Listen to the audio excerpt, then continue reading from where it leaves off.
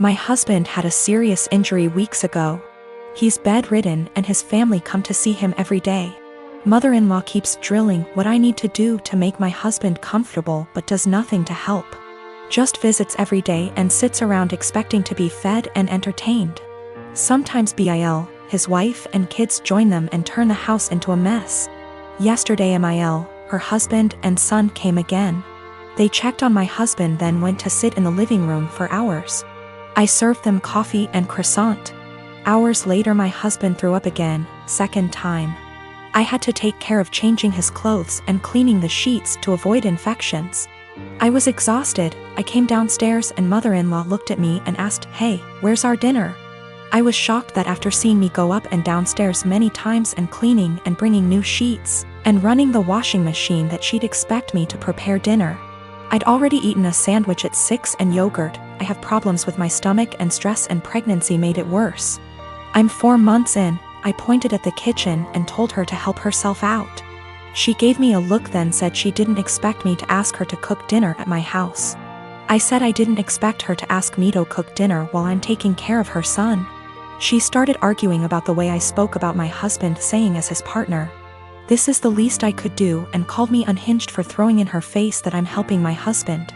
She got her husband involved asking what his thoughts were on me making guests go hungry and forcing them to cook themselves, when this supposed to be my duty as a host homeowner. Father-in-law said they could order food and call it a day and yelled at my younger brother-in-law to stop playing on his phone and order food, but mother-in-law got mad and lashed out criticizing me saying I wasn't up to the challenge of taking care of my home and my guests like an adult. I lost it on her and told them to leave since she kept yelling disrupting my husband's sleep. She left after saying she felt sorry for her son and grandbaby with an aggressive wife and a mother like me. She told everyone and my older brother-in-law said he understood I'd a lot on my plate, but lectured me about how I should have respect for his mom who was a guest. Repeatedly saying if that was his wife she wouldn't have acted this way. And that I shouldn't use taking care of my husband against them. He asked me to apologize but I didn't. My brother and I do not get on. When we were younger he'd go out of his way to make my life a living hell. To my parents' credit they did tell him off for it when they caught him but they both worked long hours and didn't have the energy to deal with our arguments. This continued into adulthood. He was salty that he failed his college course the first time around. There was a bad argument in our family a while ago and it all started because I refused to decorate my brother's living room. I won't go into too much detail but he wanted a pretty hefty discount. I said no and he threw a tantrum. Instead of being a grown-up and talking to me, he decided to hook up with my toxic ex-girlfriend and the mother of my child. I can't go into a lot of detail about what she was like but she was not a nice person. She never really bonded with our son when he was born and I was left to do everything by myself. She eventually walked out on us and refused to have any contact with our son. She'll post on Facebook now and then about her beautiful baby boy to get sympathy votes but that's about it.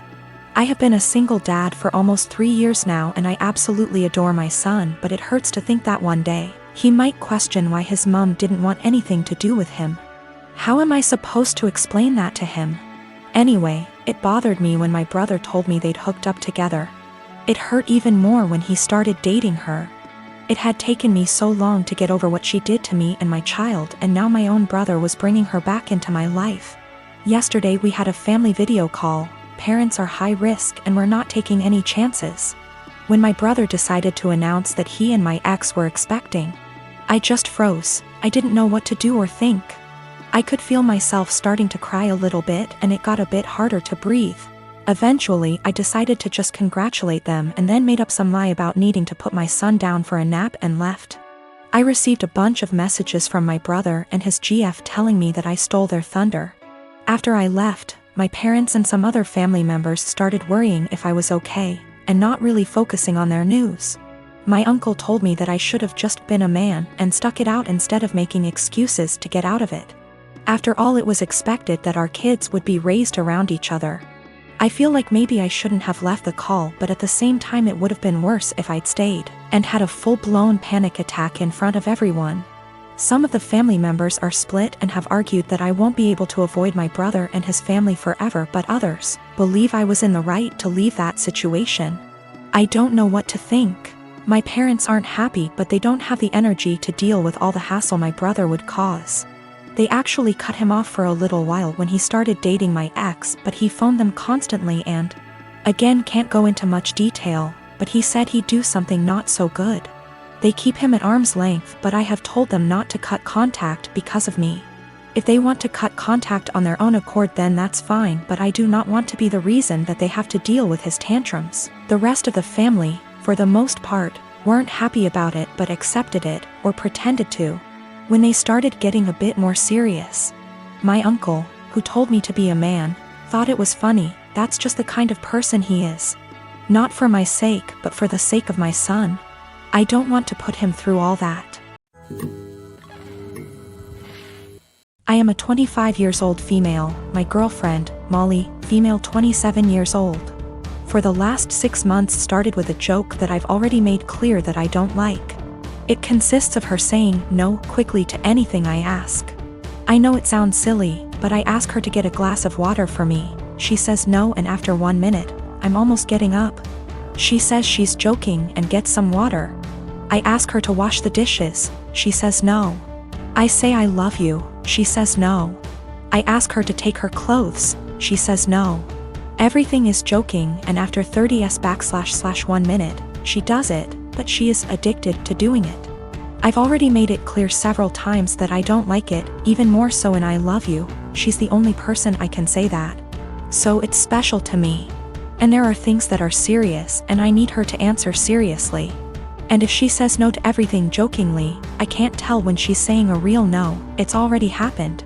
I keep saying this is boring and I don't like it. She stops doing it and goes back to doing it after a week. After a brief discussion because she played this prank in front of our friends, me asking, "Love, can you get me some medicine?" And she, with no kidding, she stopped doing it for 1 month.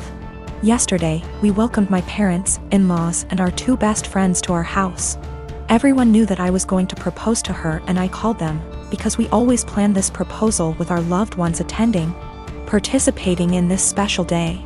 I asked her to marry me, and she said a quick no, and I was so grumpy //panic //upset. Everyone looking in shock, for 30s for her to laugh and say she was joking, finally saying yes. I was so embarrassed and disappointed.